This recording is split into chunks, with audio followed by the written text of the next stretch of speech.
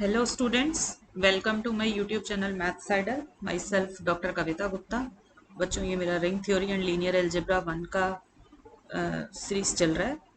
इसके अंदर बेटा आज ये लेक्चर नंबर 5 होगा, जिसमें मैं आपको बताऊंगी कि what is a unit in a ring R. ठीक है, कोई भी रिंग आपको दे रखी है तो उसमें यूनिट का क्या मतलब होता है, उसके काफ़ी सारे एग्जाम्पल्स और उससे रिलेटेड क्वेश्चंस जो कि एक्सरसाइज में हैं वो भी हम करेंगे।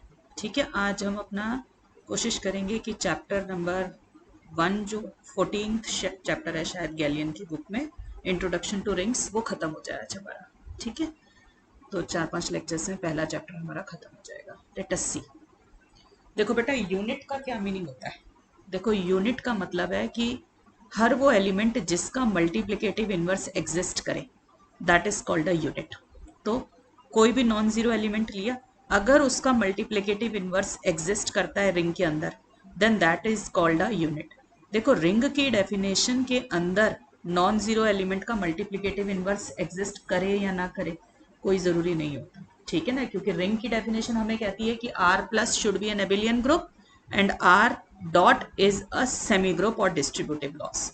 तो उसमें मल्टीप्लिकेशन के साथ इनवर्स एग्जिस्ट करना कोई कंडीशन नहीं होती रिंग के अंदर। बट अगर रिंग के अंदर नॉन जीरो एलिमेंट का मल्टीप्लिकेटिव इनवर्स एग्जिस्ट कर जाए तो उस पर्टिकुलर एलिमेंट को हम बोलते हैं यूनिट। और इनवर्स का क्या मीनिंग होता है, देखो, अगर ए कोई नॉन जीरो एलिमेंट है तो ए आपको ऐसा बी मिल जाना चाहिए। We are able to find a b belongs to R such that A B equal to B a equal to 1। ये डेफिनेशन होती है आपकी मल्टीप्लिकेटिव इनवर्स की। ये 1 क्या है? यूनिटी। ठीक है, यूनिटी मतलब मल्टीप्लिकेटिव आइडेंटिटी। तो अगर आपको कोई भी ए नॉन जीरो मिला हुआ है और you are able to find out a b such that A B equal to B a equal to 1, तो हम बोलेंगे कि a and b are inverse of each other, और ऐसे केस में ए और बी दोनों ही यूनिट्स बन जाएंगे आपके। ठीक है, दोनों यूनिट्स बन जाएंगे। क्लियर? तो एग्जाम्पल्स देखो बेटा, रिंग ऑफ इंटीजर्स ले लिया। अब इंटीजर के अंदर जो है मल्टीप्लिकेटिव इनवर्स सिर्फ 1 और -1 का एग्जिस्ट करता है। क्यों करता है? देखो, 1 को आप 1 से मल्टीप्लाई करोगे तो 1 ही आ जाएगा, और -1 को -1 से करोगे तो 1 आएगा। तो 1 का इनवर्स 1 और माइनस इनवर्स का इनवर्स -1। ठीक है, इसके अलावा बेटा कोई भी इंटीजर लेके देखो। सपोज कर लो आपने 2 ले लिया। 2 कोई भी इंटीजर है, उसको मैं किससे मल्टीप्लाई करूं कि मुझे यूनिटी 1 मिल जाए? तो आपको सबको पता है 1/2 से। बट 1/2 इंटीजर तो नहीं है, it is not an integer. हमें तो देखो, इनवर्स की डेफिनेशन कहती है कि आपको रिंग से बाहर नहीं निकलना। अगर मैं रिंग ऑफ इंटीजर में हूं तो मुझे कोई इंटीजर आपने लिया तो उसके साथ कोई और इंटीजर ही चाहिए कि मल्टीप्लाई करूं तो मुझे यूनिटी मिल जाए। तो मुझे 2 को मल्टीप्लाई 1/2 से करने पे 1 तो मिल रहा है, बट 1/2 इंटीजर नहीं है, इसलिए ये जो है 2 का कोई मल्टीप्लिकेटिव इनवर्स एग्जिस्ट नहीं करता z के अंदर। ठीक है बच्चों, इसीलिए मैंने कहा कि जो रिंग ऑफ इंटीजर्स है उसके पास सिर्फ 2 ही ऐसे एलिमेंट है जिसका मल्टीप्लिकेटिव इनवर्स एग्जिस्ट करता है, और वो है 1 और -1। तो यूनिट्स ऑफ z क्या आ गई मेरी? 1 और -1 ओनली। ठीक है, बाकी किसी का इसलिए नहीं हो पा रहा क्योंकि जैसे मान लो कोई भी इंटीजर आपने लिया 3, तो उसका मल्टीप्लिकेटिव इनवर्स 1/3 होगा, बट 1/3 z में नहीं है, इसलिए हम बोलते हैं कि multiplicative inverse does not exist. ठीक है बच्चों, अब आ जाइए और देखो। मैंने कहा कि कोई फील्ड मैंने आपको दे दी। ठीक है, फील्ड ऑफ रैशनल्स मैंने जब पढ़ाया था, फील्ड मैंने बोला याद रखना, एल्जेब्रा में रियल्स, रैशनल्स और कॉम्प्लेक्स नंबर, ये 3 बड़ी बड़ी फील्ड्स हमारे पास हैं। इनको याद कर लो, छोटी छोटी बातों को। तो इन फील्ड के अंदर यूनिट्स क्या होंगी? तो आप देखिए, अगर आपको फील्ड की डेफिनेशन याद है तो मैंने याद करा रखी है कि field is a commutative ring with unity in which every non zero element has a multiplicative inverse. तो फील्ड की तो डेफिनेशन में ही वर्ड है कि हर नॉन जीरो एलिमेंट का मल्टीप्लिकेटिव इनवर्स होगा। इसका मतलब हर non zero element acts as a unit in field. तो फील्ड ऑफ रैशनल में हर नॉन जीरो एलिमेंट यूनिट बना देगा, रियल्स के अंदर भी हर नॉन जीरो एलिमेंट यूनिट बना देगा। तो याद रखिए, अगर आपको फील्ड दे रखी है तो हर नॉन जीरो एलिमेंट जो है वो यूनिट है। ठीक, तो बड़े टिपिकल से एग्जाम्पल्स हैं ये। दूसरा क्वेश्चन देखिए, find units in the ring of even integer. अब इवन इंटीजर के बारे में मैंने एक बड़ी स्पेसिफिक सी प्रॉपर्टी आपको बता रखी है कि इवन इंटीजर्स के अंदर जो है ना यूनिटी नहीं होता। क्यों? क्योंकि मल्टीप्लिकेटिव आइडेंटिटी या यूनिटी क्या चीज होती है विद रिस्पेक्ट टू मल्टीप्लिकेशन? 1, और 1 is not an even integer. तो अगर मुझे यूनिटी ही नहीं मिली तो मुझे यूनिट भी नहीं मिलेगी। क्योंकि यूनिट की तो डेफिनेशन है a B equal to B a equal to 1। ठीक है, तो जब 1 ही नहीं एग्जिस्ट कर रहा तो कैसे डेफिनेशन बनेगी यूनिट की? सो अगर यूनिट ही नहीं है किसी रिंग के पास तो no question of having a unit. तो ring of even integer has no unit. Clear? चलिए आगे चलते हैं। अब उसने बोला find units in Zn। Zn का सेट क्या होता है? इसके पास 0 से लेके n-1 तक के एलिमेंट्स होते हैं, सारे इंटीजर होंगे, 0 से स्टार्ट होंगे। अगर Zn है तो n-1 तक आपको जाना है। ऑपरेशन कौन सी होती है? एडिशन मॉड्यूलो n और मल्टीप्लीकेशन मॉड्यूलो n। ठीक है, तो आप सबको मैंने ये प्रूफ करा रखा है कि Zn is a commutative ring with unity, और अगर Zp होता है, p प्राइम नंबर होता है, तो ये फील्ड बनाता है। करा रखा है मैंने आपको। तो मुझे Zn की यूनिट्स निकालनी है, सॉरी। ठीक है, तो मैंने क्या किया, कोई भी एक एलिमेंट लिया, a बिलोंग्स टू Zn, और मैंने कहा कि ये नॉन जीरो एलिमेंट है, तो मैं इसका मल्टीप्लिकेटिव इनवर्स ढूंढ लेती हूँ। तो जो जिसका मल्टीप्लिकेटिव इनवर्स एग्जिस्ट करेगा वो सेट ऑफ यूनिट्स बनाएगा। ठीक है, वो यूनिट होगा। तो मैंने कहा सपोज कर लो b जो है इसका इनवर्स है।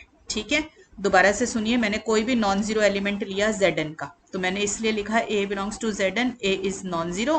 तो मैंने कहा कि इसका इनवर्स सपोज कर लो b है। अगर इसका इनवर्स b है तो मेरे पास क्या होना चाहिए? A B equal to B a equal to unity, यही होना चाहिए। तो a B equal to unity. Unity कितनी होती है Zn के अंदर? 1 होती है यूनिटी। सब बच्चों को मालूम है कि Zn के अंदर यूनिटी 1 है। तो मेरे पास a इंटू बी करके 1 आना चाहिए। बस आपको ये याद रखना है कि इसमें मल्टीप्लीकेशन की ऑपरेशन मल्टीप्लीकेशन मॉड्यूलो n होती है। अब आप बताइए ए बी इक्वल टू 1 का क्या मीनिंग है Zn में? मैंने आपको बताया कि Zn काम करता है कि दो नंबर को मल्टीप्लाई करो, divide by n and take the remainder. इसका मतलब जब मैंने ए और बी को मल्टीप्लाई किया होगा और n से डिवाइड किया होगा और रिमाइंडर लिया होगा तो मेरा रिमाइंडर 1 आया होगा, यही मतलब हुआ। तो मैंने देखो डिवाइड करके दिखा दिया आपको। देखो ए बी को अंदर रखा, n से डिवाइड किया, सपोज कर लो क्वोशंट आया q और रिमाइंडर आया 1, क्योंकि मुझे पता है रिमाइंडर 1 आएगा। अब इसके ऊपर डिवीजन एल्गोरिथम लगाओ। सब बच्चों को याद है, बचपन में स्कूल में करते थे कि क्वोशंट से अगर मैं डिवाइजर को मल्टीप्लाई कर दूं और उसमें रिमाइंडर ऐड कर दूं तो मेरे पास डिविडेंड आ जाता है। डिविडेंड क्या होता है? ये ए बी जो बीच में लिखा हुआ है। तो मैंने इसके अंदर डिवीजन एल्गोरिथम लगाया। देखो n को q से मल्टीप्लाई किया, प्लस 1 किया, तो मेरे पास ए बी आ गया। ठीक है, तो मैंने लिख दिया a B equal to n q plus 1। Right, यहां तक आ गया। अब इस एन क्यू को दूसरी साइड ले आए तो a b minus n q equal to 1। फिर आ गया a b plus n into minus q, लिख सकती हूँ मैं क्यू माइनस एन क्यू को plus n into minus q equal to 1 लिख सकती हूँ। अब देखो बेटा, जीसीडी होता है ग्रेटेस्ट कॉमन डिवाइजर। इसकी डेफिनेशन याद कर लो। एलजेब्रा के अंदर जीसीडी दो नंबर का अगर 1 है, what does it mean कि there exist two integers p and q such that pr plus qs equal to 1।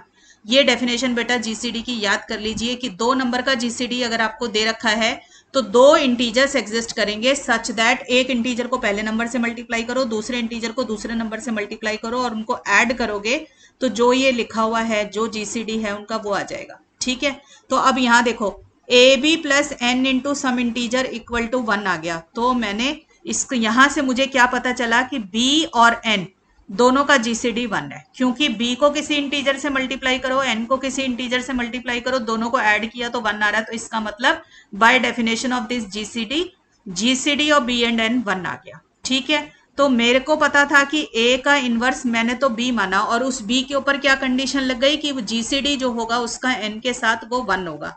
इसका मतलब Zn के जो भी कोई इनवर्स है वो किस फॉर्म का है? वो जीसीडी बनाना चाहिए n के साथ 1। ठीक है, तो set of all units of Zn क्या हो जाएगा कि कोई भी नॉन जीरो एलिमेंट लो Zn का सच दैट उसका जीसीडी जो है n के साथ 1 होना चाहिए। ऐसा सेट बनेगा, सेट ऑफ ऑल यूनिट्स। अच्छा देखो, मुझे यहाँ पे ये पता चला कि b is the inverse of a, तो मुझे ये भी पता चल गया कि a is the inverse of b, मतलब a and b both are inverse of each other, क्योंकि कॉम्यूटेटिविटी होल्ड करती है Zn के अंदर। तो अगर ए बी 1 आया तो ए बी 1 आ गया आपका। ठीक है, तो a and b both are inverse of each other. तो इसलिए यूनिट्स बनाने के लिए Zn का के अंदर किन एलिमेंट्स का इनवर्स एग्जिस्ट करेगा? जिनका जीसीडी n के साथ 1 होगा। ऐसे सेट को बेटा अगर ग्रुप थ्योरी रिकॉल करो आप, तो ग्रुप थ्योरी के अंदर आपने ऐसे सेट को कि a belongs to Zn, a is non zero और जीसीडी उसका अगर 1 है, तो ऐसे सेट को हम un से डिनोट करते थे, un। ठीक है, ऐसे सेट को, तो इसलिए मैंने लिख दिया कि set of all units of Zn is UN। Clear हो गया? ठीक है। अब देखो, अभी तो मैंने ये शो किया कि जिसका GCD 1 आ रहा होगा वो सेट ऑफ ऑल यूनिट्स बनाएगा Zn की। अब मैं शो करती हूँ इसके अलावा कोई और एलिमेंट नहीं है। ठीक है, तो मैंने कहा लेट कर लो GCD of A and N is 1। तो GCD की डेफिनेशन लगाओ।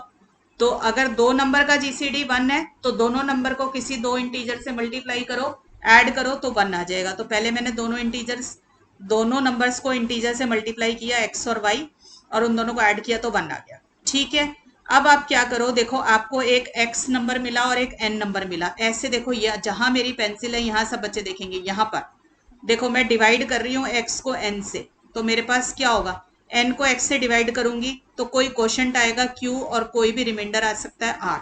ठीक है, ये रिमाइंडर r 0 भी हो सकता है, नहीं तो r ग्रेटर देन 0 भी हो सकता है। और आपको पता है कि रिमाइंडर के ऊपर कंडीशन होती है कि ये या तो 0 है या ग्रेटर देन 0 है, और ये हमेशा जिससे आप डिवाइड कर रहे हो उससे छोटा होगा। ठीक है, तो r is always lying between 0 and n। इसको बोलते हैं डिवीजन एल्गोरिथम। ठीक है, तो मैंने x को लिख लिया NQ प्लस r। कोई भी दो इंटीजर दे रखे हैं आपको तो आप उन दोनों को डिवाइड कर सकते हैं और उस पर डिवीजन एल्गोरिथम लगा सकते हैं।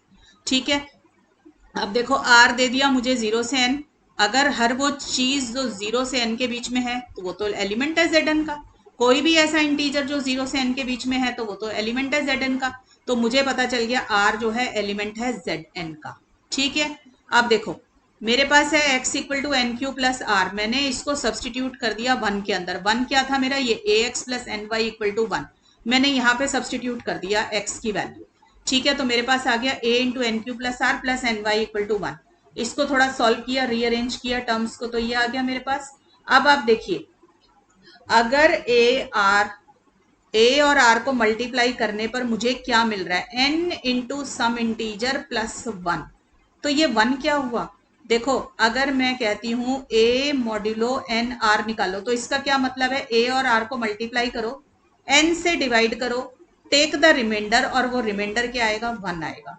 तो मेरे पास ये वाली कंडीशन क्या बता रही है कि जब मैंने a और r को मल्टीप्लाई किया, n से डिवाइड किया, तो क्वोशिएंट तो आया ये माइनस ए क्यू माइनस वाई, और रिमाइंडर आया 1। ठीक है, तो ये 1 जो है ये तो है रिमाइंडर, और ये जो है ये वाली टर्म ये है क्वोशिएंट।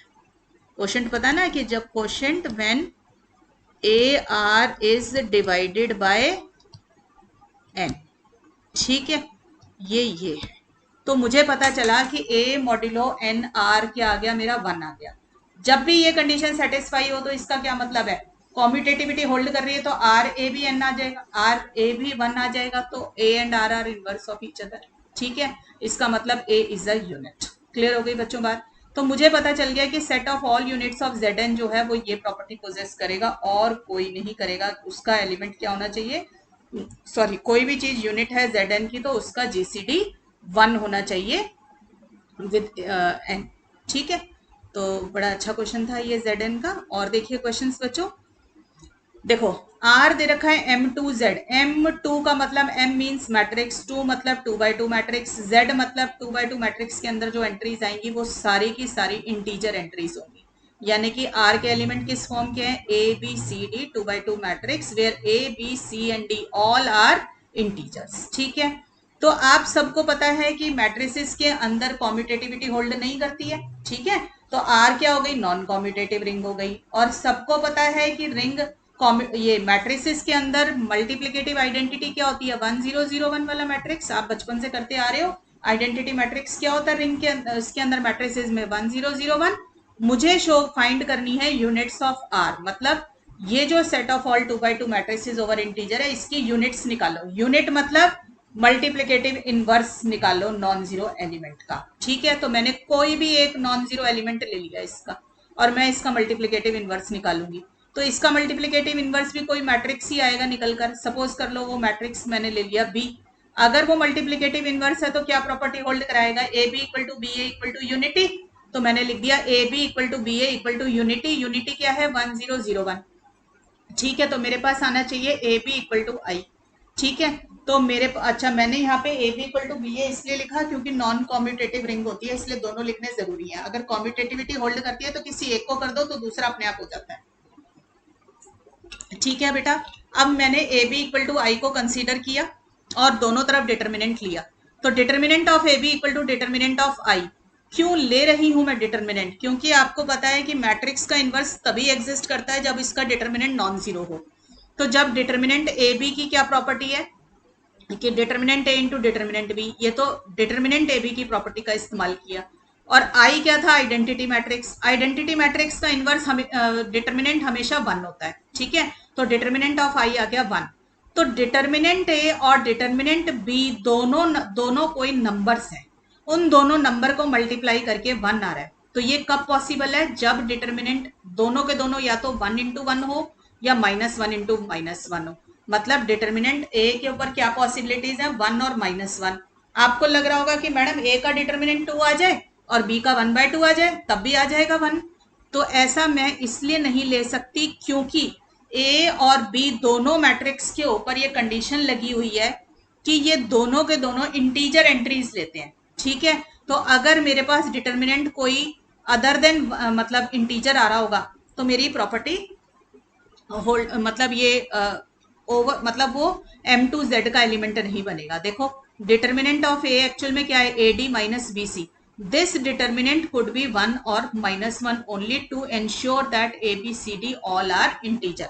ठीक है बेटा, अगर सारी एंट्रीज इंटीजर हैं तो डिटर्मिनेंट जब भी निकालोगे इंटीजर डिटर्मिनेंट ही निकल कर आएगा आपके पास, कभी भी रैशनल इंटीजर नहीं आएगा, रैशनल नंबर जैसे वन बाय टू टाइप नहीं आएगा। तो अगर ये डिटर्मिनेंट ए टू आ जाता तो डिटर्मिनेंट बी के ऊपर कंडीशन लग जाती वन बाय टू, और मुझे पता है कि डिटर्मिनेंट इसका जो है रैशनल नंबर नहीं आ सकता, ठीक है। तो इसलिए डिटर्मिनेंट ए या तो वन होगा या फिर माइनस वन होगा। तो मैंने क्या लिखा कि यूनिट्स क्या होंगी, मतलब यूनिट में मैट्रिक्स ही मिलेगा आपको टू बाय टू ऑर्डर का, उसकी इंटीजर एंट्रीज ही होंगी, बस उसके ऊपर इसका इनवर्स कब एग्जिस्ट करेगा? जब उसका डिटर्मिनेंट जो है या तो वन हो या फिर डिटर्मिनेंट उसका माइनस वन हो। ये जो मैंने मॉड लगाया इसको डिटर्मिनेंट बोलते हैं, आप डिटर्मिनेंट लिख लो। Determinant A equal to one और determinant A equal to minus one, ठीक है। यही दो कंडीशन बनी उसके ऊपर, क्लियर। तो set of all two by two matrices over integer का जो सेट ऑफ ऑल यूनिट्स बना वो क्या बना? और वो दो सारे मैट्रिसेस जिनका डिटर्मिनेंट या तो वन होगा या फिर माइनस वन होगा। क्लियर हो गया। नेक्स्ट एग्जाम्पल पे आइए बच्चों। Let r be a commutative ring with unity and the set ur be the set of all and let ur be the set of all units of r। आपको show करना है कि set of all units जो है अपने आप में group बनाते हैं। तो ग्रुप की डेफिनेशन जरा रिकॉल कर लें। ग्रुप क्या कहता है? शुरू की पांच कंडीशन जो थी, closure, associativity, identity and inverse. Abelian की बात नहीं है तो एबिलियन आपको नहीं शो करना। चार प्रॉपर्टी शो करनी पड़ जाएंगी आपको ग्रुप के अंदर। क्या क्या? क्लोजर, आइडेंटिटी, एसोसिएटिविटी और इनवर्स, ठीक है।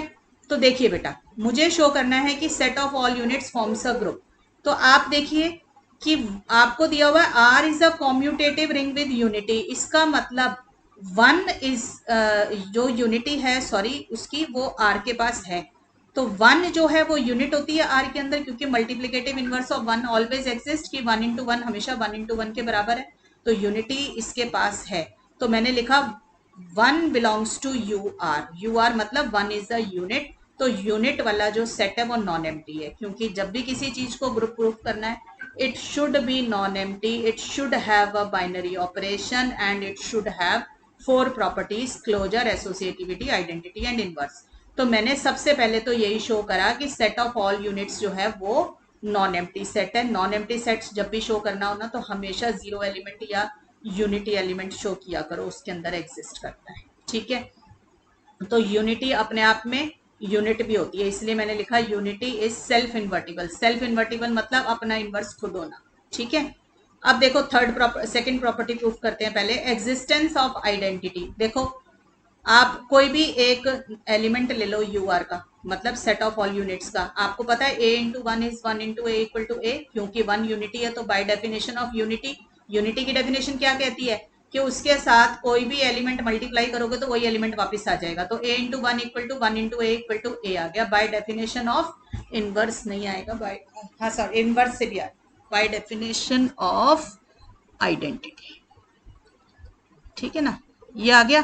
पर अगर इसको आप ध्यान से देखें तो यहां से मुझे क्या पता चला, a into one equal to one into A equal to A से, बेटा एक मिनट दोबारा से करती हूँ, a belongs to you are मतलब a is a unit, a is a unit, unit है तो a हैज मल्टीप्लिकेटिव इनवर्स, तो इसका मल्टीप्लिकेटिव इनवर्स एग्जिस्ट करता है। तो मेरे को पता है a into one is equal to one into A equal to A होता है। तो यहां से आपको पता चल गया कि one is the multiplicative identity, क्योंकि मल्टीप्लिकेटिव आइडेंटिटी की डेफिनेशन कहती है यहां पर ए आना चाहिए, ये इनवर्स ही आएगा यहां पे ना। ठीक है ना, चल तो मुझे पता चला कि मल्टीप्लिकेटिव आइडेंटिटी एग्जिस्ट करती है। अब बात आ गई एसोसिएटिविटी। आपको मैंने एसोसिएटिविटी, कॉम्यूटेटिविटी और डिस्ट्रीब्यूटिविटी, इन तीन प्रॉपर्टीज के बारे में ये बात अच्छे से समझा रखी है कि अगर ये चीजें बड़े सेट में होल्ड करती हैं तो छोटे सेट में भी होल्ड करती है। तो अगर एसोसिएटिविटी आर में होल्ड कर रही है, पूरी बड़ी रिंग में होल्ड कर रही है, तो वो उसके सबसेट यू आर में भी होल्ड करेगी। तो मैंने इसलिए इसको लिख दिया it holds in subset u r. अब आ जाइए क्लोजर। क्लोजर के लिए क्या होता है कि if a and b belongs to s then a b belongs to s, मतलब दो एलिमेंट को मल्टीप्लाई करें तो वो भी उसी का एलिमेंट आना चाहिए। तो मैंने u और v दो एलिमेंट ले लिए यू आर के, इसका मतलब u and v both are units. ठीक है, मुझे शो करना है uv, uv belongs to you r, यानी कि uv भी एक यूनिट होगा। यूनिट मतलब उसका भी मल्टीप्लिकेटिव इनवर्स एग्जिस्ट करेगा। तो देखो मैंने लिया since u belongs to you r, इसका मतलब u इज अ यूनिट, इसका मतलब inverse of u exist. Inverse का मतलब u को किसी भी नंबर के साथ मल्टीप्लाई करूं तो वन आना चाहिए वापस। ठीक है ना, आइडेंटिटी आनी चाहिए ना। तो मैंने लिख दिया u into u dash equal to one, और दूसरी साइड भी होगी u dash into you equal to one. ऐसे ही बेटा v है, अगर v यूनिट है तो इसका मतलब v का मल्टीप्लिकेटिव इनवर्स एग्जिस्ट करता है। मल्टीप्लिकेटिव इनवर्स एग्जिस्ट करता है तो इसका मतलब ऐसा एक एलिमेंट है R के पास such that v into we dash equal to one. ठीक है, ये मल्टीप्लिकेटिव इनवर्स की डेफिनेशन यूज करी v के ऊपर। अब मुझे शो करना है uv एक यूनिट है, तो uv का मल्टीप्लिकेटिव इनवर्स मुझे ढूंढना है। तो uv का मल्टीप्लिकेटिव इनवर्स मैं इस u डैश और v डैश को बनाऊंगी। तो मैंने क्या किया, कंसीडर किया uv into u dash v dash. मुझे कैसे पता चलता है कि मुझे ये कंसीडर करना है? आप देखो मुझे शो क्या करना है, मुझे शो करना है uv is a unit. uv is a unit means मुझे शो करना है कि uv का मल्टीप्लिकेटिव इनवर्स एग्जिस्ट करता है। इसका मतलब uv को मैं किसी नंबर के साथ मल्टीप्लाई करूं तो वन आना चाहिए। ठीक है ना, तो मैं uv को अब u डैश v डैश से कर रही हूँ, क्योंकि ऊपर मुझे दिखाई दे रहा है कि u और v का रिलेशन u डैश और v डैश के साथ मैंने बना रखा है, इसलिए मैंने u डैश और v डैश ही क्लेम कर लिया। अब देखो इसके अंदर एसोसिएटिविटी इस्तेमाल करो तो ये v और u डैश इकट्ठे हो जाएंगे। एसोसिएटिविटी कहती है you can put brackets anywhere. अब देखो v और u डैश को मैं u डैश इंटू वी लिख सकती हूँ, क्योंकि मुझे क्वेश्चन में गिवन है r is a commutative ring, तो मैंने इसकी जगह पे लिख दिया u डैश इंटू वी। अब फिर से इसमें एसोसिएटिविटी लगाओ, u और u डैश को इकट्ठा कर लो, v और v डैश को इकट्ठा कर लो। अब देखो यहाँ पर जहां मेरी पेंसिल है, आपने लिया हुआ u into u dash one है तो मैंने लिख दिया one, v into we dash one है तो मैंने लिख दिया v into we dash is one. तो दोनों को मल्टीप्लाई करके मुझे मिल गया वन। तो मुझे पता चला uv को u डैश v डैश से मल्टीप्लाई करो तो वन आता है, और क्योंकि ये कॉम्यूटेटिव रिंग है तो अपने आप ही मुझे पता चल जाएगा कि u dash v dash multiplied by uv equal to one. ठीक है, सिमिलरली आप u dash v dash into uv को वन शो कर सकते हैं बाय यूजिंग, या सिमिलरली लिख लो तो दोबारा ही आ जाएगा। नहीं तो कॉम्यूटेटिविटी हो ना बच्चों जब भी रिंग के अंदर, तो एक साइड शो कर दोगे तो वो भी चलेगी, अगर कॉम्यूटेटिविटी नहीं होती तो दूसरी साइड शो करनी पड़ती है। तो सिमिलरली हम दूसरी साइड भी शो कर देंगे। तो हमें पता चला कि uv का मल्टीप्लिकेटिव इनवर्स एग्जिस्ट करता है, इसका मतलब uv यूनिट है। अगर uv यूनिट है तो वो uv ur का पार्ट होगी, उसका एलिमेंट होगी। तो क्लोजर भी होल्ड कर गई। ठीक है बच्चों, तो मैंने क्लोजर भी शो कर दिया, आइडेंटिटी भी शो कर दिया, एसोसिएटिविटी भी शो कर दिया। अब लास्ट बचा existence of inverse in u r. तो बेटा अगर ए यू आर का एलिमेंट है, इसका मतलब ए क्या है, यूनिट है। मुझे शो करना है कि ए इनवर्स भी होगा यू आर के अंदर। ठीक है, तो मुझे पता चला A belongs to you R, it means multiplicative inverse of U exist. Multiplicative inverse exist करता है, इसका मतलब एक ऐसा एलिमेंट जरूर एग्जिस्ट करता है जिसको ए के साथ मल्टीप्लाई करूं तो यूनिटी मिल जाएगी। तो मैंने ए को ए डैश से मल्टीप्लाई किया तो मेरे को यूनिटी मिल गई वन। तो ए into A dash equal to A dash A is equal to one. देखो बेटा एलजेब्रा अगर सीखना चाहते हो ना तो डेफिनेशंस को बहुत अच्छे से याद किया करो। जैसे मैंने इन्वर्स बोला तो आपको इन्वर्स की डेफिनेशन अच्छे से आनी चाहिए, ठीक है। बिना डेफिनेशंस के you can not prove this group theory की कोई थ्योरम आप नहीं प्रूव कर सकते एब्स्ट्रैक्ट अलजेब्रा की, अगर आपको डेफिनेशंस लर्न नहीं है तो। और डेफिनेशंस लर्न है तो उन डेफिनेशंस को, प्रॉपर्टीज को इस्तेमाल करते जाइए, सारे प्रूफ बन जाएंगे, ठीक है। तो आप देखो बेटा, A dash is equal to A dash A equal to 1। मैंने हमेशा बताया अगर ए बी इक्वल टू 1 है तो ए का इनवर्स बी है तो बी का इनवर्स ए है। तो यहां से मुझे पता चला कि ए डैश का इनवर्स ए है, ठीक है। ऊपर से पता मैंने यूज तो किया था कि ए का इनवर्स ए डैश है, बट यही चीज मुझे ये भी बता रही है कि ए डैश का इनवर्स ए है, मतलब A and A dash are inverse of each other. तो ए डैश का अगर इनवर्स एग्जिस्ट करता है तो ए डैश भी यूनिट हो गई, अगर वो यूनिट है तो वो यू आर का एलिमेंट बन गई। तो मुझे पता चला inverse exist in u r. तो यू आर क्या बन गया, चारों प्रॉपर्टीज होल्ड करा रहा है, तो u r is a group with respect to multiplication. मुझे यही बात प्रूव करनी थी कि set of all units forms a group with respect to multiplication. Clear हो गया बच्चों? चलिए और देखते हैं। Determine the units of the ring of Gaussian integer. मैंने पूरा 3rd लेक्चर था शायद जिसमें आपको बड़ा लंबा चौड़ा प्रूफ कराया कि what is a Gaussian integer, what is the ring of Gaussian integer, और उसको प्रूफ भी कराया था कि कैसे है ये रिंग ऑफ गॉसियन इंटीजर, कैसे ये इंटीग्रल डोमेन है और कैसे ये फील्ड नहीं है। तो बेटा 3rd वाले लेक्चर में शायद मैंने कराया इसके, तो वो सुन लेना ताकि आपको थोड़ा अच्छे से पता चल जाए, ठीक है। अब देखो बेटा, जेड आई, मैं रिकॉल करा रही हूँ कि रिंग ऑफ गॉसियन इंटीजर क्या होती है। गॉसियन इंटीजर है तो जेड आया। गॉसियन से मुझे पता चलता है कि इसके पास सारे एलिमेंट कॉम्प्लेक्स नंबर की फॉर्म के होंगे, ठीक है। तो मैंने ए प्लस आई बी एक कॉम्प्लेक्स नंबर लिया इसमें, क्योंकि ये इंटीजर के ऊपर है तो ए और बी दोनों इंटीजर्स होने चाहिए।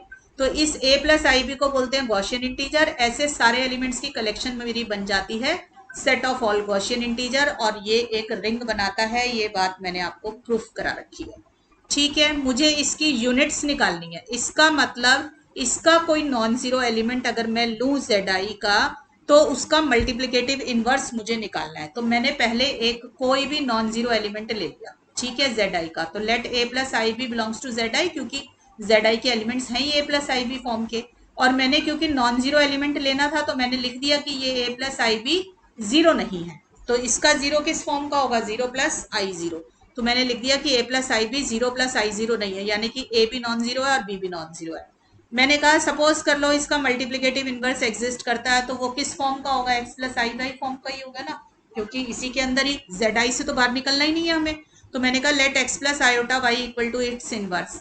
अगर ये इनवर्स है तो क्या प्रॉपर्टी होल्ड कराएगा कि इन दोनों को मल्टीप्लाई करूं तो आइडेंटिटी आना चाहिए, यूनिटी आना चाहिए ना। तो मैंने a प्लस आई बी को x प्लस आई वाई से मल्टीप्लाई करके 1 प्लस जीरो आई कर दिया, ठीक है ना बेटा। यही प्रॉपर्टी होती है ना मल्टीप्लिकेटिव इनवर्स की, कि a B equal to B a equal to 1। तो मैंने एक साइड ले ली, ठीक है। अब देखो यहाँ से x प्लस आई वाई मुझे क्या मिलेगा, 1 upon a plus i B, क्योंकि 1 प्लस जीरो आई इज 1, तो 1 अपॉन ये a प्लस आई बी नीचे आ गया, ठीक है। मैंने ऊपर न्यूमरेटर और डिनोमिनेटर दोनों को a माइनस आई बी से मल्टीप्लाई कर दिया। मैं क्यों नहीं छोड़ सकती 1 plus a 1 upon a plus i b पर, क्योंकि 1 upon a plus i b is not a complex number, ठीक है। क्योंकि कॉम्प्लेक्स नंबर बनाने के लिए real part plus imaginary part होना चाहिए। 1 upon real part plus imaginary part is not a complex number, इसलिए मैं अभी इसको यहां नहीं छोड़ सकती। मैंने ऊपर और नीचे दोनों तरफ a माइनस आई बी से मल्टीप्लाई करके I am trying to make it a complex number. तो मैंने इसको देखो अब क्या किया बेटा, डिनोमिनेटर के अंदर a plus iota b a minus iota b को सॉल्व किया, a plus b a minus b a square minus b square लगाया, तो आई का स्क्वायर -1 होता है, जिसकी वजह से ये ए स्क्वायर प्लस बी स्क्वायर बन गया। अब बेटा मैंने रियल पार्ट और इमेजिनरी पार्ट दोनों अलग अलग कर दिए। Now it is a complex number, तो ये मेरा मल्टीप्लिकेटिव इनवर्स बनेगा। बट ये क्योंकि जेड आई का एलिमेंट नहीं है। क्यों नहीं है ये जेड आई का एलिमेंट, क्योंकि देखो बेटा रियल पार्ट क्या आ रहा है, ए upon a square plus B square. पर मुझे पता है कि गॉसियन इंटीजर्स के अंदर रियल पार्ट और इमेजिनरी पार्ट दोनों इंटीजर्स होने चाहिए, पर मेरे तो रैशनल्स आने लग गए ये, तो मेरे को इसको इंटीजर बनाना है। ये इंटीजर कब होगा, जब डिनोमिनेटर जो है 1 बन जाए। तो मैंने लिख दिया ए square plus B square equal to 1, ठीक है। अब 1 और -1 दोनों होते तो बन जाता, बट -1 नहीं हो सकता क्योंकि A square plus B square is a positive number. अगर पॉजिटिव नंबर है तो ये 1 ही हो सकता है। अब खुद सोचो ए स्क्वायर प्लस बी स्क्वायर 1 कब आएगा? दो नंबर का स्क्वायर किया और वो 1 कब आएगा? जब आपके पास ए स्क्वायर 1 हो और बी स्क्वायर 0 हो। तो अगर ए स्क्वायर 1 हो गया तो ए प्लस माइनस 1 हो गया और बी 0 हो गया, या फिर इसका उल्टा हो जाएगा, बी प्लस माइनस 1 हो जाएगा और ए आपके पास 0 आ जाएगा। तो ऐसे में मेरा जो Gaussian integer a plus i B है वो क्या बन जाएगा? या देखो, ए को अगर 1 डाला और बी को 0 डाला तो प्लस माइनस 1 बन जाएगा। ए को अगर 0 डाला और बी को प्लस माइनस 1 डाला तो मेरा इंटीजर बन जाएगा प्लस माइनस आयोटा। तो मेरी सेट ऑफ ऑल यूनिट्स क्या निकल कर आ गई? या तो 1, -1, आई और -i। यही शो करना था बेटा मुझे। ठीक है, तो मुझे पता चला कि मेरा जो इनवर्स है वो किस फॉर्म का, मतलब जो एलिमेंट इनवर्स पोजेस करते हैं वो कौन कौन से हैं? 1, -1, आई और -i। क्लियर हो गया बच्चों? तो बहुत अच्छा क्वेश्चन था बेटा। और देखिए, लेट ZX, मैंने ZX के बारे में शायद आपसे अभी तक बात नहीं करी है। देखो, ZX के एलिमेंट होते हैं पॉलिनोमियल्स, ठीक है? तो a0 plus a1x plus a2x square मतलब पॉलिनोमियल ऑफ डिग्री n है, ठीक है? जिसमें ये जो कोफिशिएंट्स हैं a0, a1, a2, अगर मैंने ZX लिखा है तो कोफिशिएंट Z से आएंगे। Z मतलब इंटीजर कोफिशिएंट्स होंगे।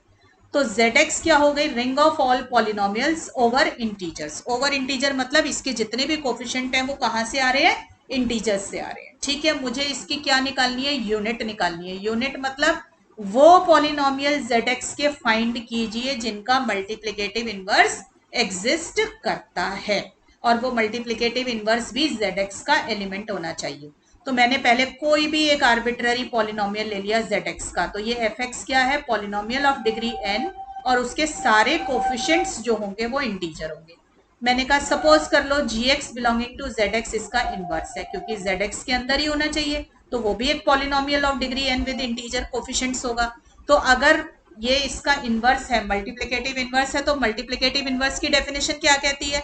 कि जब मैं fx इंटू जी एक्स करूँ या gx इंटू fx करूँ तो मेरे पास क्या आना चाहिए? यूनिटी आनी चाहिए। और रिंग ऑफ पॉलिनोमियल्स की यूनिटी क्या होती है? ये देखो मैंने इधर लिखी हुई है ब्रैकेट में, यहाँ पे जहां मेरी पेंसिल है, देखो 1 equal to 1 plus 0x plus 0x square, मतलब कांस्टेंट पॉलिनोमियल 1 जो होता है इसकी यूनिटी होती है, ठीक है ना? क्योंकि किसी भी पॉलिनोमियल को 1 से मल्टीप्लाई करोगे तो वही वापिस आ जाता है। तो मेरे पास आ गया fx into g x equal to 1। तो gx क्या निकल कर आया? 1 अपॉन fx। अब खुद सोचो जरा, 1 अपॉन fx क्या पॉलिनोमियल है? नहीं है ये पॉलिनोमियल। तो इसको पॉलिनोमियल बनाने के लिए आपको क्या करना पड़ेगा? एक तो पॉलिनोमियल भी बनाना है और इंटीजर कोफिशिएंट्स भी होने चाहिए। तो ये कब पॉसिबल होगा? जब ये fx जो है 1 होगा, क्योंकि देखो ये 1 अपॉन fx का मतलब हो गया 1 upon a0 plus a1x plus a2x square. This is not a polynomial. इसको पॉलिनोमियल बनाना है तो नीचे fx को 1 बनाना पड़ेगा या fx को -1 बनाना पड़ेगा, ठीक है ना? रैशनल नहीं होना चाहिए। तो fx या तो 1 होगा या -1 होगा। तो मुझे पता चला कि जो यूनिट्स हैं, देखो fx लो या gx लो उससे कोई फर्क नहीं पड़ रहा, क्योंकि f अगर g का इनवर्स है तो g मतलब f and g both are inverse of each other.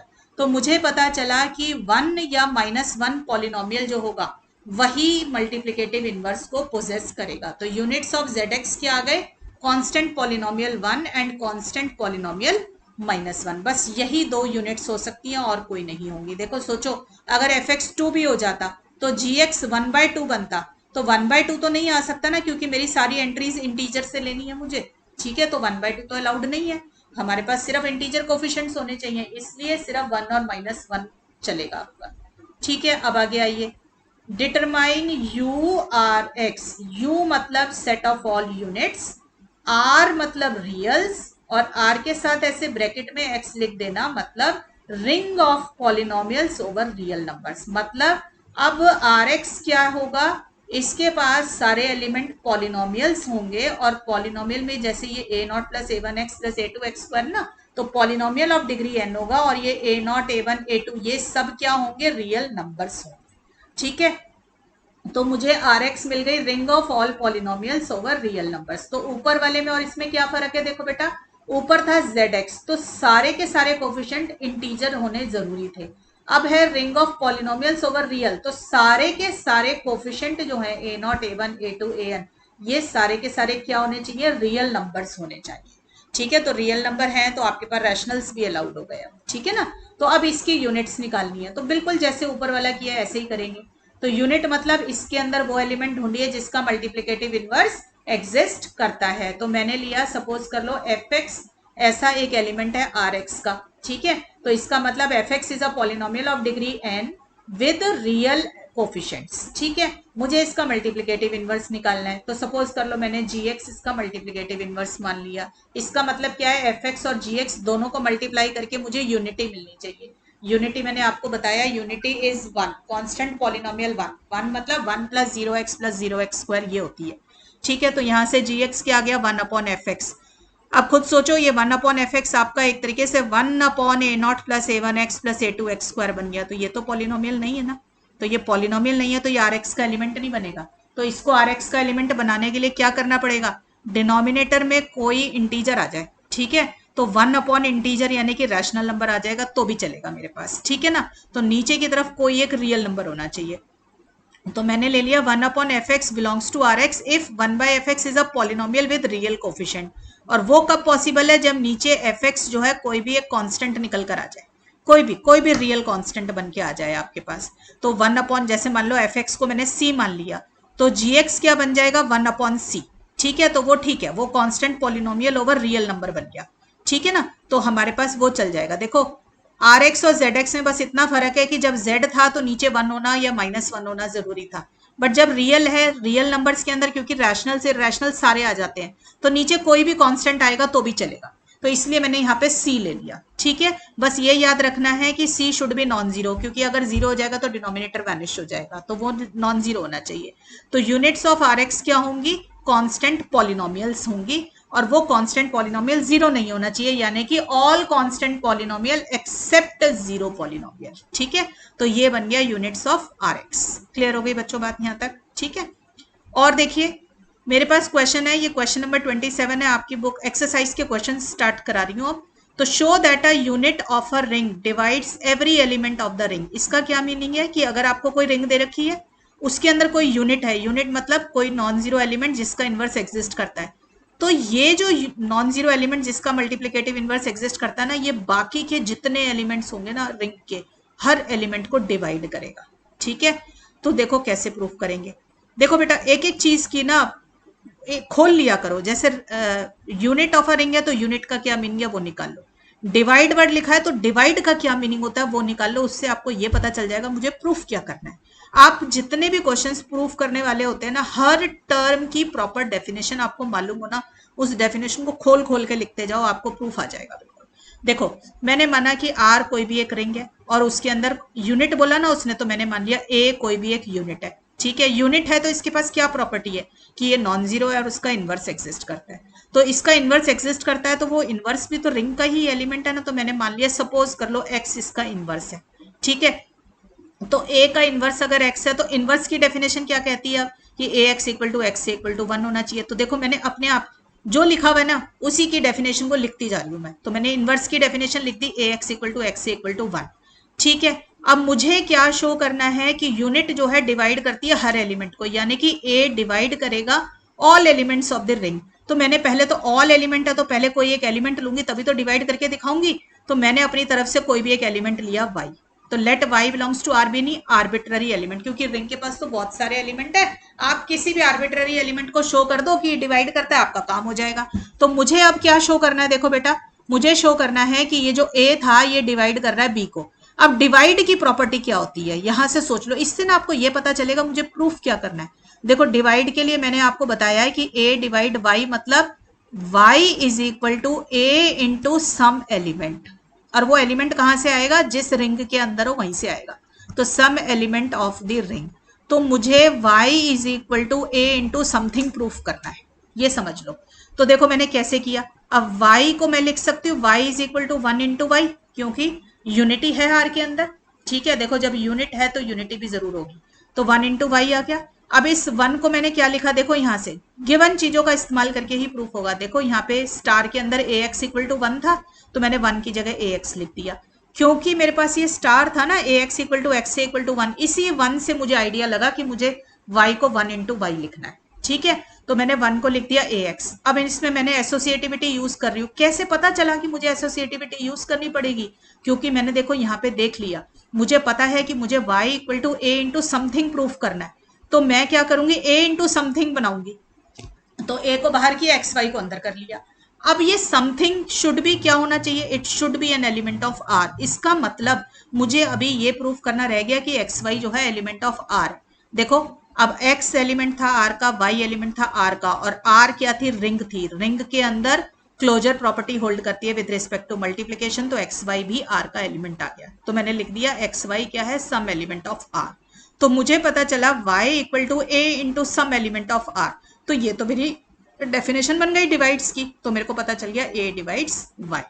ठीक है बेटा, तो मैंने आपको कैसे प्रूफ करना सिखाया कि जो क्वेश्चन में वर्ड लिखा हुआ मिले, टेक्निकल वर्ड जो भी मिले, उसकी डेफिनेशन को खोल लो अच्छे से, फिर देखा करो कि गिवन चीज को जो चीज प्रूफ करनी है उससे कैसे रिलेट कर सकते हैं। अब देखो ये वाला प्रूफ भी आप सब खुद ही करोगे। देखो suppose that a and b belongs to a commutative ring r with unity. ठीक है, if a is a unit of r। अब देखो इतनी लाइन पढ़ी ना, a is a unit of r, इसका मतलब a नॉन जीरो है और a का मल्टीप्लिकेटिव इनवर्स एग्जिस्ट करता है। साथ में वो लिख रहा है b स्क्वायर जो है वो जीरो है, तो आपको शो करना है a plus b is a unit of r। अब देखो ऐसे नहीं प्रूफ समझ आएगा। आप देखो आपको शो करना है a plus b is a unit of r, इसका मतलब मुझे शो करना है कि a प्लस बी का मल्टीप्लिकेटिव इनवर्स एग्जिस्ट करता है। ठीक है, अगर a प्लस बी का मल्टीप्लिकेटिव इनवर्स एग्जिस्ट करता है तो वो क्या होगा, कोई एलिमेंट होगा r का। ठीक है, जैसे सपोज कर लो y है, तो such that a plus b को जब मैं y से मल्टीप्लाई करूं तो मेरे पास 1 आना चाहिए। मैंने दूसरी वाली साइड अभी लिखी नहीं है, y equal to y multiplied by A plus b equal to 1। वो मैं देखो जब कभी आपको कोई चीज निकालनी हो ना, तो एक साइड यूज करके निकाल लो और दूसरी साइड में डाल के वेरीफाई कर दो कि ठीक निकला है आंसर। ठीक है, ये तरीका होता है। जैसे मतलब मेरे पास क्या होना चाहिए, a plus b into y is equal to y into a plus b equal to 1, ये होना चाहिए ना। तो इसको यूज करके, use this to find y, then put that y in ये वाला पोर्शन। ठीक है, put that y in y equal to a plus b and show that it comes out to be 1 and show that LHS जो है RHS के बराबर है। इससे ना ये बात प्रूफ हो जाती है कि y जो है इसका इनवर्स है। ये टेक्निक होती है करने की। वैसे इस क्वेश्चन में ना कॉम्यूटेटिव रिंग लिखा है तो एक साइड से कर दोगे तो भी काम चल जाएगा, पर मैं फिर भी दोनों साइड से आपको करवा देती हूँ। ठीक है, देखो मुझे ये पता चल गया, मुझे शो करना है a plus b into y equal to 1। तो मैंने y निकाला यहाँ से, y क्या आ गया 1 अपॉन ए प्लस बी। फिर मैंने क्या किया, ऊपर नीचे दोनों तरफ a माइनस बी से मल्टीप्लाई कर लिया। ठीक है, नीचे a plus b a minus b का फॉर्मूला लगा दिया, ए स्क्वायर माइनस बी स्क्वायर, ये आ गया। अब देखो क्वेश्चन में गिवन है बी स्क्वायर 0 है। ठीक है, क्योंकि गिवन कंडीशन का बेटा इस्तेमाल जरूर हो रहा होगा, तो बी स्क्वायर को मैंने 0 डाल दिया, तो मेरे पास आ गया a minus b upon a square. अब आप क्या करोगे, न्यूमरेटर को ब्रेक कर दिया। अब देखो a अपॉन ए स्क्वायर बना 1 अपॉन ए और minus b upon a square. अब 1 अपॉन ए को मैं लिख सकती हूँ a इनवर्स और b अपॉन ए स्क्वायर को मैं लिख सकती हूँ b a की पावर माइनस 2। इसका मतलब जो इनवर्स है ना a प्लस बी का वो ये है। ठीक है, तो हमने लिखा है inverse of a plus b can be this. मैंने कहा ना वेरीफाई कर लो, एक तरफ से निकाल कर दूसरी साइड पे वेरीफाई करो। तो मैंने दूसरी साइड पे वेरीफाई कराने के लिए अब दूसरी साइड कंसीडर कर ली y into a plus b. मैंने निकाला था a plus b y equal to 1 से, अब y a प्लस बी के अंदर डाल के शो कर दूंगी वो 1 आ रहा है। ठीक है, तो मैंने कंसीडर कर लिया y into a plus b. Y की वैल्यू जो ये यहाँ निकली ना मेरी, इसको यहाँ पे यूज कर लो। क्लियर है, अब इसको सॉल्व करो। देखो आपने इसको a माइनस 1 को लिख दिया 1 अपॉन ए और a माइनस 2 जो आया था उसी को मैंने वही लिख दिया वापस b अपॉन ए स्क्वायर। अब ब्रैकेट खोल लो। क्यों खोल सकती हूँ मैं ब्रैकेट, क्योंकि आर रिंग है और रिंग के अंदर डिस्ट्रीब्यूटिव लॉज होल्ड करते हैं, तो आपने ब्रैकेट्स खोल ली, तो ब्रैकेट खुल के ये आ गया। आपको पता है बी स्क्वायर 0, तो आपने बी स्क्वायर को यहाँ 0 डाला तो ये पूरी टर्म गायब हो गई। ठीक है, a अपॉन ए हो गया 1, ये बन गया माइनस a अपॉन ए और ए स्क्वायर कट के a आ गया, तो minus B by A plus B by A और ये हो गया 0। तो मेरा पूरा सॉल्व करके मेरे को मिल गया 1 जो कि आना चाहिए था। इससे मुझे ये पता चल गया जो इनवर्स मैंने ऊपर निकाला था वो ठीक था। ठीक है, तो मुझे a प्लस बी का इनवर्स मिल गया y, तो इसका मतलब a प्लस बी क्या है, यूनिट है। क्लियर हो गया बच्चों। और देखिए prove that unity and inverse of each element in a ring is always unique. बेटा ये तो बात हमेशा के लिए याद कर लो कि आपके पास रिंग हो, आपके पास ग्रुप हो, एब्स्ट्रैक्ट अलजेब्रा में कोई भी टर्म आपने पढ़ी तो यूनिटी हमेशा जो है यूनिटी हो, आइडेंटिटी हो, जीरो एलिमेंट, जो मर्जी बोल लो, ठीक है, आपके पास वो हमेशा यूनिक होती है और हर एलिमेंट का सिर्फ एक ही इन्वर्स होता है, एक से ज्यादा इन्वर्स नहीं होता। Inverse of each element is unique. तो ये प्रूफ भी बिल्कुल सेम होता है ग्रुप थ्योरी में भी, रिंग थ्योरी में भी, सब जगह पे, ठीक है। तो देखो मैंने क्या किया, आर प्लस डॉट को कोई भी एक रिंग मान ली। अब मुझे शो करना है कि यूनिटी जो है वो यूनिक है, तो इसका मतलब यूनिटी तो उसके पास जरूर है, तो मैंने लिख दिया it has a ring, it is a ring with unity. मुझे शो करना है कि यूनिटी यूनिक है, यूनिक है, तो मैं कह रही हूँ सपोज कर लो यूनिटी यूनिक नहीं थी, दो यूनिटी थी रिंग के पास, एक का नाम था यू और दूसरे का नाम था यू डैश।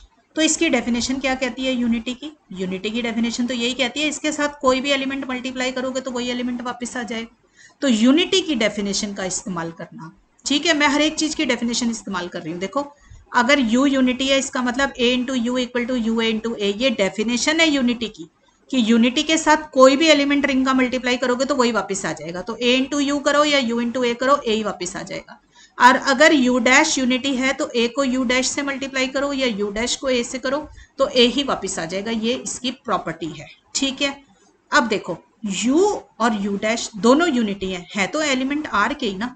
तो मैंने कहा कि सपोज कर लो u यूनिटी है और u डैश कोई भी एक एलिमेंट है, समझ आ रही है?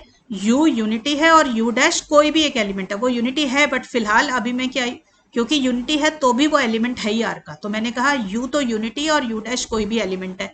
तो ये देखो जब यूनिटी था u तो मेरे पास था A U equal to U A equal to 1, इसमें a की जगह पे अब u डैश डाल दो तो क्या आएगा, u dash into u is equal to u into u dash equal to u dash, तो ये आ गई 3, ठीक है। अब उल्टा यूज करो इसका, यहाँ पे मैंने लिखा u यूनिटी और u डैश एनी एलिमेंट, अब लिख लो u dash is the unity and u भी एनी एलिमेंट। तो अगर u डैश यूनिटी होता है तो कौन सी वाली स्टेटमेंट होल्ड करती है, ये 2, तो 2 वाली के अंदर a को अब क्या डाल दोगे, u डाल दोगे, क्योंकि a इज एनी एलिमेंट और यहाँ मैंने लिखा u इज एनी एलिमेंट, तो a की जगह u डाल दो इसमें। तो मेरे पास बना u into u dash equal to u dash into you equal to u, ठीक है। अब देखो 3 और 4, देखो 3 और 4 को देख के आपको ये पता चल रहा है u और u डैश बराबर है। तो मैंने तो माना था कि जो है मेरे पास दो अलग अलग यूनिटी है u और u डैश, पर मेरे पास तो घूम फिर के वो दोनों बराबर ही आ गई। तो इसका मतलब यूनिटी क्या है, यूनिक है, ठीक है। या तो इसको ऐसे लिख दो कि हमने ऊपर u डैश और u को डिफरेंट माना था बट यहाँ पे ये इक्वल आ गए तो हमारी एजम्पशन रॉन्ग है, इसका मतलब दोनों सेम ही होंगे, ठीक है। या फिर दो एलिमेंट अलग अलग लिए बाद में शो कर दिए इक्वल है, वो भी ठीक है। तो यूनिटी यूनिक आ गई। तो एक पार्ट तो प्रूफ हो गया कि यूनिटी हमेशा यूनिक होती है। अब मुझे शो करना है कि inverse of each element is unique. तो मैंने लिया कोई भी एक, अब इनवर्स हर एलिमेंट का यूनिक शो करना है ना, तो पहले तो कोई एलिमेंट ही लूंगी फिर ही इनवर्स की प्रॉपर्टी लगाऊंगी उस पर। तो मैंने ए को कोई भी एक एलिमेंट मान लिया, मैं शो करूंगी कि ए का एक ही इनवर्स है, ठीक है। तो मैंने कहा कि सपोज कर लो, मैं कॉन्ट्रडिक्शन से प्रूफ कर रही हूं कि लेट इफ पॉसिबल ए के दो इनवर्स हैं बी और सी। तो या तो मैं ये प्रूफ कर दूं बी इक्वल टू सी है तो हमें पता चल जाएगा यूनिकनेस है, या फिर कोई कॉन्ट्रडिक्शन लेकर आए, ठीक है ना। तो मैंने क्योंकि मैंने ना यहाँ लिखा नहीं बी नॉट इक्वल टू सी, तो मैं ये शो कर दूंगी लास्ट में कि बी और सी बराबर ही, ठीक है। मैंने कहा ए के दो इनवर्स हैं बी और सी, अगर ए का इनवर्स बी है तो इनवर्स की डेफिनेशन लगाओ इसके ऊपर, a B equal to b equal to unity, यही होना चाहिए। और अगर ए का इनवर्स सी है तो इसके ऊपर इनवर्स की प्रॉपर्टी लगाओ, तो मेरे पास क्या होना चाहिए, A C equal to C equal to you. तो मैंने दोनों के ऊपर ए और बी और ए और सी दोनों पे इनवर्स की प्रॉपर्टी लगाई है, डेफिनेशन लगाई है, ठीक है बच्चों। मुझे शो करना है बी इक्वल टू सी है, ठीक है। अब बी से सी तक जाने का रास्ता ढूंढिए। तो देखो बी है, बी को मैं क्या लिख सकती हूँ, बी इंटू यू लिख सकती हूँ, क्योंकि यूनिटी की क्या डेफिनेशन होती है कि उसके साथ किसी भी नंबर को मल्टीप्लाई करोगे तो वही वापस आ जाएगा। तो बी के साथ अगर यू मल्टीप्लाई करूंगी तो बी वापस आ जाएगा, तो बी की जगह मैंने लिखा बी यू, ठीक है। इस u को यहां से उठाओ, देखो मेरे को b से c लाना है, तो u का वो रिलेशनशिप उठाओ जिसमें c दिखाई दे रहा है। तो स्टार में देखो A C equal to C equal to you, तो मैंने u की जगह लिख दिया ए सी, ठीक है। अच्छा बेटा एक और बताऊं, एब्स्ट्रैक्ट अलजेब्रा के अंदर ना एक एलिमेंट से दूसरे एलिमेंट पे पहुंचना हो तो ये जैसे b है ना, तो b को b इंटू 1 या b into identity b into you, हमेशा यूनिटी की हेल्प से पहुंचते हैं, ठीक है। तो मैंने इसकी हेल्प ली, यहाँ तक आ गए। अब इसमें एसोसिएटिविटी यूज कर ली तो बी ए इकट्ठे कर दिए। अब बी ए क्या था, यू था, ये देखो स्टार के अंदर ही दो इक्वेशन थी ना, ये रहा a B equal to B a equal to you, तो बी ए की जगह यू लिख दिया। आपको पता है यूनिटी की डेफिनेशन क्या है, उसके साथ कोई भी नंबर मल्टीप्लाई करोगे तो वो वापस आ जाएगा। तो यू के साथ सी को मल्टीप्लाई किया तो सी वापस आ गया, तो ये सी आ गया। तो अब देखो बी इक्वल टू सी आ गया। पेंसिल देखो मेरी कहाँ जा रही है, तो बी से शुरू हुए और सी पे पहुंच गए, तो बी इक्वल टू सी आ गया। तो मुझे पता चला इनवर्स जो है यूनिक होता है। क्लियर हो गई बच्चों बात यहाँ तक? और देखिए आगे क्वेश्चन आपके पास है, let a belongs to R, R is a ring. S का सेट दे रखा है, एस के पास वो एक्स बिलोंग्स टू आर, मतलब वो एलिमेंट है आर के जो ए एक्स इक्वल टू जीरो बनाते हैं। मतलब हर वो एलिमेंट रिंग का जिसको जब मैं ए से मल्टीप्लाई करूं तो जीरो मिल जाए, ऐसे एलिमेंट की मैंने कलेक्शन ले ली। मुझे शो करना है कि एस जो है सब रिंग है। अब आप रिकॉल कीजिए सबरिंग क्या चीज होती है, ठीक है। और सबरिंग प्रूफ कराने के लिए मैंने आपको क्या कराया है, इससे पहले वाला लेक्चर पूरा सबरिंग्स का था। सबरिंग में मैंने आपको सबरिंग टेस्ट कराया था। तो सबरिंग टेस्ट में मैंने आपको क्या बताया था, क्या क्या प्रूफ करना होता है कि एस नॉन एम्प्टी है, एस सबसेट ऑफ आर है, और S is closed with respect to subtraction and multiplication.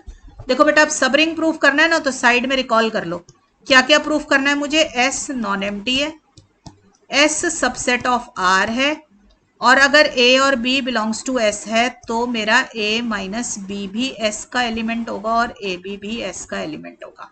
अगर मैं ये चार चीजें प्रूफ कर पाई तो मेरा ये सबरिंग बन जाएगा, ठीक है। तो एक एक करके प्रूफ करो। देखो यहां से सबसे पहले देखो एस की डेफिनेशन क्या है, एक्स बिलोंग्स टू आर। इसका मतलब एस एलिमेंट लेता कहां से है, आर से तो ले रहा है। तो इसका मतलब S is a subset of R तो बन गया, ठीक है। तो मैंने लिखा clearly S is a subset of R. अब शो करना है एस नॉन एम्प्टी है। मैंने आपको हमेशा बताया जब भी कभी नॉन एम्प्टी प्रूफ करना हो ना तो हमेशा शो कर दो उसमें यूनिटी है या उसमें जीरो एलिमेंट है, क्योंकि उसके बगैर तो वो ग्रुप ही नहीं बनता, ठीक है ना। तो हमेशा जब भी किसी चीज को नॉन एम्प्टी प्रूफ करना है तो शो कर दो उसमें जीरो एलिमेंट है, ठीक है। तो आप देखो आर यहां पर, यहाँ एक्स को ना जीरो डाल के देखो जरा, एस की डेफिनेशन में एक्स को जीरो डाल के देखो क्या वो होल्ड करता है। देखो जीरो बिलोंग्स टू आर होता है, हाँ है, क्योंकि आर रिंग है तो रिंग के पास जीरो एलिमेंट है, तो zero belongs to R is very much correct.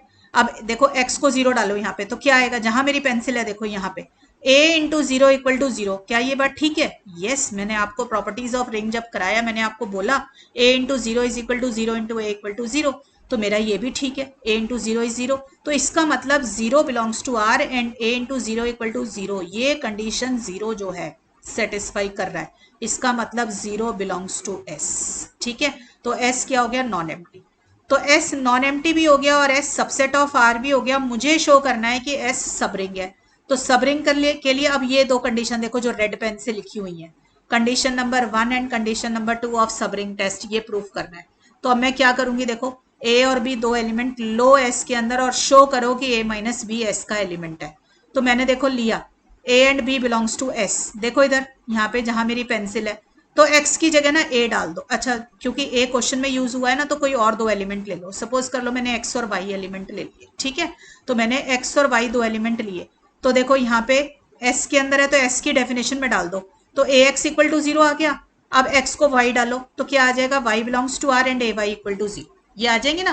बेटा जब आपको ना समझ आए ना कि क्या होगा, तो एस की जो डेफिनेशन है ना उसमें एक्स की जगह पे वो एलिमेंट डाल दिया करो। तो एक्स की जगह एक्स डाला तो x belongs to R, a x equal to zero. Y डाला तो y belongs to R, a y equal to zero, ये आ गया। मुझे शो करना है x minus y belongs to S. देखो मुझे पता भी चलना चाहिए मुझे क्या निकालना है। मुझे शो करना है x minus y belongs to S. इसका मतलब मुझे क्या शो करना है, देखो इस एक्स की जगह एक्स माइनस वाई डालो। मुझे शो करना है x minus y belongs to R and क्या आ जाएगा, a into x minus y equal to zero, ये मुझे शो करना है, ठीक है। तो देखो बहुत आसानी से शो हो जाएगा। रिंग की डेफिनेशन याद करते जाओ। देखो मेरे पास है एक्स और वाई, एस का एलिमेंट है तो x belongs to R, y belongs to R. आप देखो आपको शो करना है पहले x minus y belongs to R. तो आप खुद देखो अगर वाई बिलोंग्स टू आर है तो वाई जो होगा माइनस वाई भी आर का एलिमेंट होगा, क्योंकि आर रिंग है तो additive inverse of each element exist, तो माइनस वाई भी आर में आ गया। अब खुद सोचो एक्स भी आर में है और माइनस वाई भी आर में है और आर एक रिंग है तो क्लोजर होल्ड करेगी विद रिस्पेक्ट टू एडिशन, तो दोनों को ऐड करूंगी तो वो भी आ जाएगा। तो x minus y is also an element of r, तो ये काम तो हो गया मेरा। अब मुझे क्या शो करना है, ये a into x minus y जो है जीरो, मुझे ये शो करना है, ठीक है। तो मैं इसको कैसे शो करूंगी, देखो मैं इसको थोड़ा रब कर दूं यहाँ से। देखो मैंने लिया a into x minus y, देखो a into x minus y consider किया आपने, इसको खोल दिया डिस्ट्रीब्यूटिव लॉस से, मेरे पास आ गया ए एक्स माइनस ए वाई। अब आप खुद सोचो, ए एक्स भी जीरो था, ए वाई भी जीरो था। क्यों था जीरो? क्योंकि एक्स और वाई दोनों एस के एलिमेंट थे। एस के पास वो एलिमेंट है जो ए से मल्टीप्लाई होकर जीरो दे देता है। तो जीरो माइनस जीरो क्या आ गया? जीरो। तो ए into x minus y zero आ गया, तो इसका मतलब एक्स माइनस वाई एस का एलिमेंट बन गया। तो पहली कंडीशन पूरी हो गई। अब दूसरी शो करनी है मुझे। दूसरी क्या शो करनी है कि अगर x और y s के एलिमेंट है तो एक्स वाई भी s का एलिमेंट है। अब खुद सोचो एक्स वाई s का एलिमेंट कब बनेगा। देखो s की डेफिनेशन पे जाओ वापसी। देखो एक्स वाई कब बनेगा? जब इस x की जगह एक्स वाई डालो, जब एक्स वाई आर में होगा, इस x की जगह एक्स वाई डालो and a into x y जो है जीरो होगा। तो मुझे अब शो करना है x y belongs to R and a into x y is zero. ये शो करना है। तो जब भी किसी एलिमेंट को शो करना हो ना बेटा, वो s का पार्ट है, तो क्या किया करो, इस x की जगह पे डाल दिया करो। बस आपको पता चल जाएगा आपको क्या शो करना है। Clear? Let me clean it. चलो नीचे चलते हैं वापसी। देखो मुझे शो करना है x y belongs to R and A into x y is zero. तो देखो एक्स आर के अंदर है, वाई आर के अंदर है और आर एक रिंग है। अगर आर रिंग है तो क्लोजर होल्ड करेगी, तो एक्स वाई भी आर का एलिमेंट बन जाएगा। ठीक है, तो x y belongs to R. अब मैं शो करूंगी a into x y is zero. तो मैंने कंसीडर किया पहले ए इंटू एक्स वाई। ठीक है, अब इसमें एसोसिएटिविटी यूज करी तो ये आ गया ए एक्स इंटू वाई। अब ए एक्स आपको पता ही है जीरो है, और जीरो अगर ए एक्स को जीरो डाला तो आपको पता है कि रिंग की प्रॉपर्टी है कि उसको उसका कोई भी एलिमेंट जीरो से मल्टीप्लाई करोगे तो जीरो आ जाएगा। तो जीरो डॉट वाई क्या है? जीरो है। तो मैंने शो कर दिया a into x y zero. इसका मतलब x y belongs to S आ गया आपके पास। तो बेटा बाय सबरिंग टेस्ट आपके पास क्या आ गया? S is a subring of R. Clear? और क्वेश्चंस देखो बेटा, मैं पूरी एक्सरसाइज के क्वेश्चंस आज आपको करा के ये चैप्टर खत्म कर दूं। देखो suppose that R is a ring with unity one. ठीक है, and a is any element of R such that a square equal to one. मतलब ए कोई भी ऐसा एलिमेंट है जिसका स्क्वायर करे तो वन आ जाता है। ठीक है, अब एस आपको दे रखा है, उस एस के पास कलेक्शन है, ये देखो a R a, where R belongs to R. मतलब रिंग के अंदर से वो एलिमेंट निकाले हैं जो ए आर ए फॉर्म के हैं। मुझे शो करना है कि ये सब रिंग है। ठीक है, तो देखो आर बिलोंग्स टू आर, आपको पता है are is a ring with unity, इसका मतलब वन है आर के पास। तो आर की जगह पे वन डालो यहाँ पे जहां मेरी पेंसिल है, तो क्या बना? ए वन ए। अब ए वन ए क्या होगा? देखो वन इंटू ए होगा क्योंकि वन यूनिटी है। तो ए इंटू ए क्या हो जाएगा? ए स्क्वायर। और ए स्क्वायर क्वेश्चन में दे रखा है आपको वन है, तो a square equal to one question में दे रखा है। तो इससे मुझे क्या पता चला कि ए जो है एलिमेंट है एस का। ठीक है, इसका मतलब एस जो है नॉन एम्प्टी है, क्योंकि सब रिंग है तो पहले नॉन एम्प्टी शो करो। आप शो कीजिए ये सबसेट है आर का, और फिर वो दोनों कंडीशन सब रिंग टेस्ट की।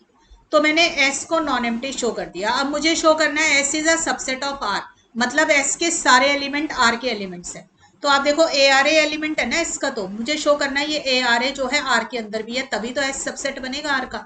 तो आप देखिए ए बिलोंग्स टू आर क्वेश्चन में गिवन है, आर बिलोंग्स टू आर हमें यहाँ पे लिखा ही हुआ है डेफिनेशन के अंदर।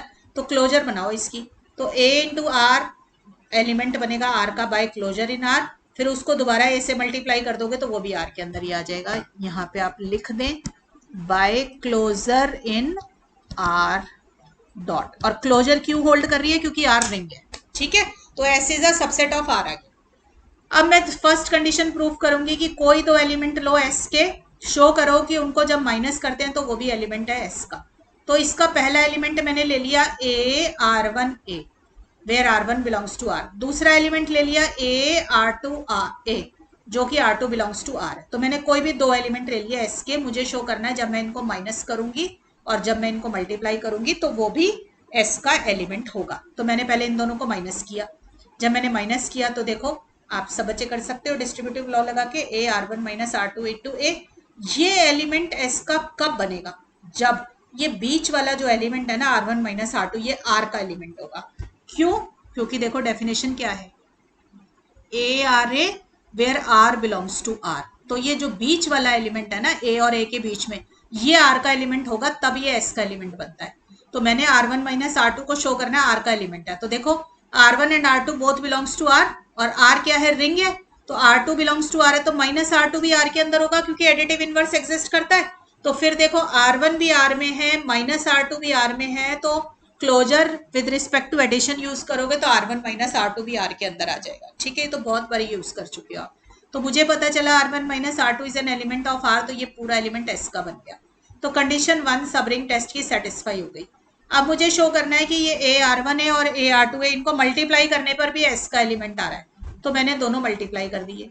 ठीक है, मैंने दोनों मल्टीप्लाई किए, फिर वही काम करना है, मल्टीप्लाई करना है, एसोसिएटिविटी यूज करना, गिवन कंडीशन को यूज करना।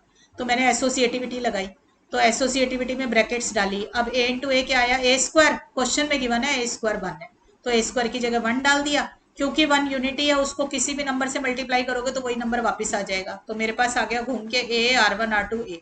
अब अगर ये R1 R2 R का एलिमेंट हुआ तो ये पूरा का पूरा S का एलिमेंट बन जाएगा। तो अब देखो, अगर R1 R में है, R2 R में है, तो क्लोजर होल्ड करती है with respect to multiplication in the ring, तो R1 R2 भी R का एलिमेंट आ जाएगा। ठीक है, तो अगर ये R1 R2 R का एलिमेंट है तो ये पूरा किसका एलिमेंट आ गया, S का। तो मुझे पता चला कि सब रिंग टेस्ट की दूसरी कंडीशन भी अपने आप सेटिस्फाई हो गई। ठीक है, तो S क्या बन गया, सब रिंग ऑफ R बन गया।